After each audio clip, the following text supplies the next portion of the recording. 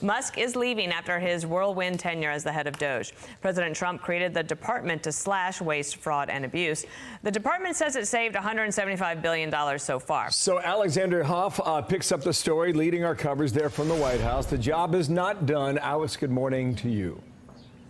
Well, good morning to you. Yeah, the estimates is that through this effort that individual taxpayers have saved about $1,087. And really those dollar signs count there. That's been DOGE's kind of leading message from the start. And the president, he expressed gratitude, announcing the surprise press conference today that includes Elon Musk. He wrote, quote, "This will be his last day, but not really, because he will always be with us, helping all the way. Elon is terrific." So as of today, Musk has reached the limit for the time allowed to serve as a special government employee. That's 130 days per calendar year. But the White House says Musk needs no replacement given the cultural change DOGE has been able to imprint. DOGE is not going to end with Elon. You know, it is a way of thinking about cutting costs, and it's also a way of thinking about making the government more productive and more efficient. As Musk has expressed gratitude for the temporary job, he's received a slew of thanks in return this week. SBA Administrator Kelly Loeffler wrote, "Of all things Elon Musk could create, he chose a more efficient, accountable government, and it will be one of his most important innovations ever." Now, despite Democrats using Musk's smash the system, chainsaw in hand style of reduction as a rallying cry, DOGE's fundamental fiscal goal was hard to argue with, weeding out fraud, increasing transparency, and tackling redundancy among the government. This week, Musk did voice some concern over the president's big, beautiful bill, saying that in its initial form, it undermines some of DOGE's work. Now, the White House is preparing to send over a $9.4 billion cuts package in the essence of DOGE to Congress this week. We'll send it back to you. Okay, Alex, thanks. Nice to see you at the White House. Harold Ford Jr. here and Noah Rothman. Harold did not sleep last night because he was at the ball game. More on that later. Hot takes from both of you first. What do you think about DOGE so far? What have they accomplished? I think the promise of DOGE was significant at the outset, and it still has promise, but that promise is unrealized. $175 billion is far short of what Elon Musk was promising. He said $1 trillion in that interview. He's previously said $2 trillion, which is a lot considering that the non-defense, just non-discretionary budget is $1.7 trillion. I mean, you'd have to really reach into entitlements if you wanted to make meaningful cuts. $175 billion, and the rescission package that they're sending to Congress is really not a ton. And what's in that rescission package? It's primarily Republican ideological stuff. Stuff I like, stuff I want to see. The defunding PBS, defunding NPR, no more transgender ventriloquism shows in Lesotho. I don't even know. But whatever it is not going to amount to significant savings. It is going to amount to a reorientation of the government towards what it should be doing and away from what it should not be doing. That's good. That's important. But it's not meaningful spending cuts, and we shouldn't pretend like it is. Harold Ford Jr., I think that another thing, though, that on the positive side is that one thing we don't hear a lot, maybe we'll hear about it at 1:30. What can Elon Musk and his team do to try to improve technology at some of these places and in government? Are there ways to improve the systems so that we all benefit and that the workers benefit from having something a little bit more modernized? Without question. Thanks for having me on. I agree sentimentally and directionally with everything Noah said. This was a good effort. It was a good, you put the richest man in the world in charge of this, and you put a lot of optics around it. If I were them, I'd follow up in two ways. One, I'd go ask Mitch Daniels to come in and take the next 6 months and try to build on some of these things that these guys have, in terms of the building on it, the country's ready to create some of these savings. Two, I'd ask every of my cabinet heads to give me a budget for this year with 5 to 7% less based on some of the recommendations DOGE has made to them. The reality is, as Noah said, and we talked a little bit about beforehand, it's unclear to me if these savings are going to be realized or these dollars will be put back into people's pockets, either through tax. At one point, they talked about tax refunds for every American. We talked about $1,000 savings. It's unclear to me if we see that because of the way government works and the way these contracts are canceled and the way they have to continue to be paid out. But I give them credit. Business people going into government's a good thing. I hope people will continue to do it. But I hope if the president's serious, put a group of serious-minded people who understand government in charge of something. And I would put Mitch Daniels right at the top of that very list. interesting. So Musk is leaving. He could come back in a year, by the way. The rules establish that you can only work a certain number of days per 365 days, but you could before you have to comply with. Correct on that.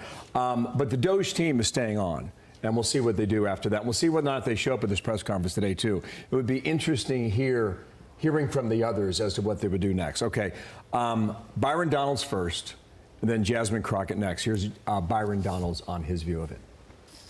I think the DOGE folks led by Elon Musk have done a phenomenal job. They came in on a mission, and that was to get waste and terrible spending out of the federal government. We need to be following the lead of DOGE on this. Let's go and look at everything that they've listed. And when we go through annual appropriations, which is going to happen over this summer, let's make sure we don't reauthorize that money going forward. Okay, so we'll watch that too. Jasmine Crockett is not happy about this at all. Elon came to Washington thinking he could run the government like one of his companies, firing people left and right, gutting essential services, and tearing this blank up from the ground up.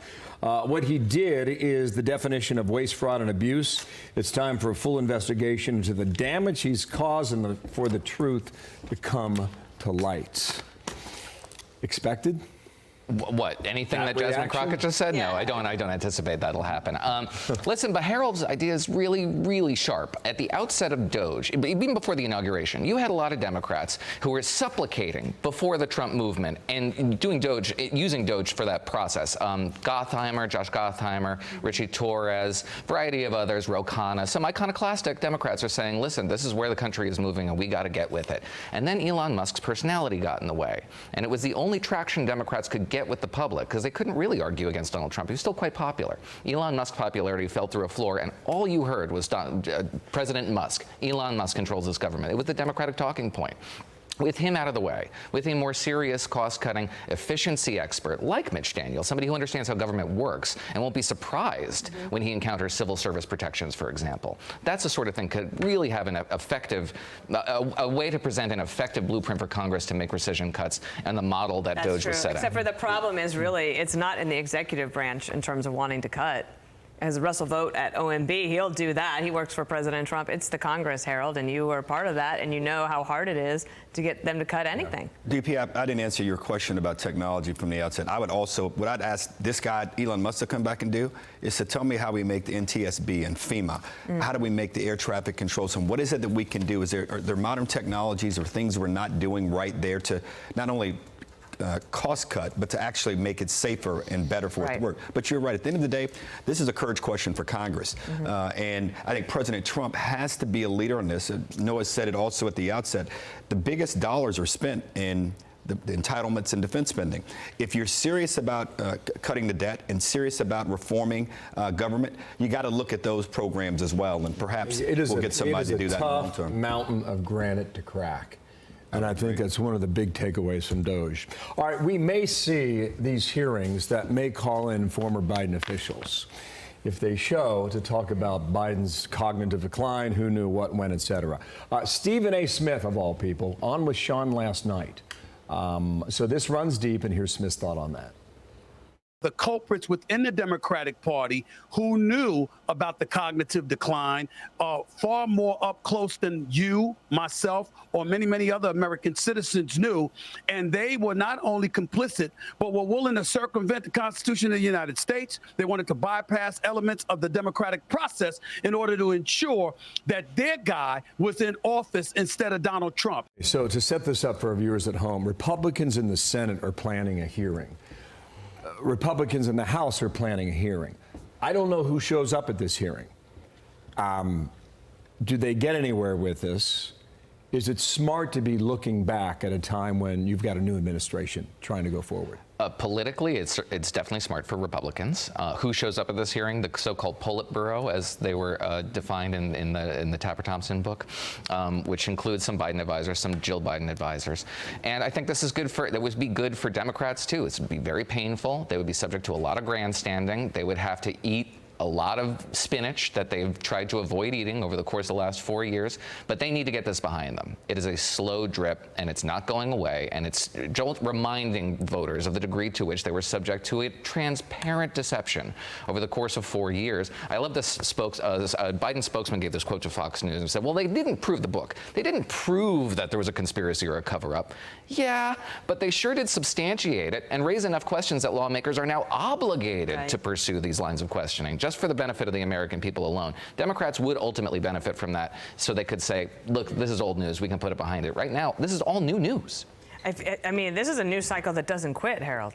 Yeah, the story's not getting any better, and I think those who worked for President Biden, including members of his family who were around him, this will lay heavy on them for a long time. I slightly differ here. I don't think you look back. The country made a decision. They didn't want Joe Biden nor Kamala Harris. I get the questions that are being raised, and you said it was a transparent decline in front of every American, and I think that's one of the reasons why a majority of Democrats wanted a new nominee, even before President Biden stumbled in a debate with former President Trump.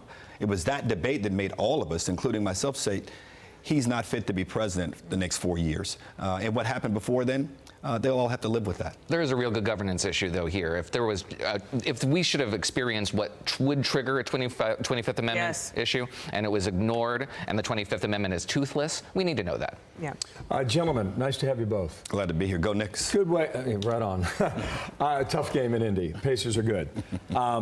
Cool way to start our Friday morning. Thank you both. Great to have you. Thank you, guys. Thank you, brother. I'm Steve Ducey. I'm Brian Kilmeade. And I'm Ainsley Earhart. And click here to subscribe to the Fox News YouTube page to catch our hottest interviews and most compelling analysis.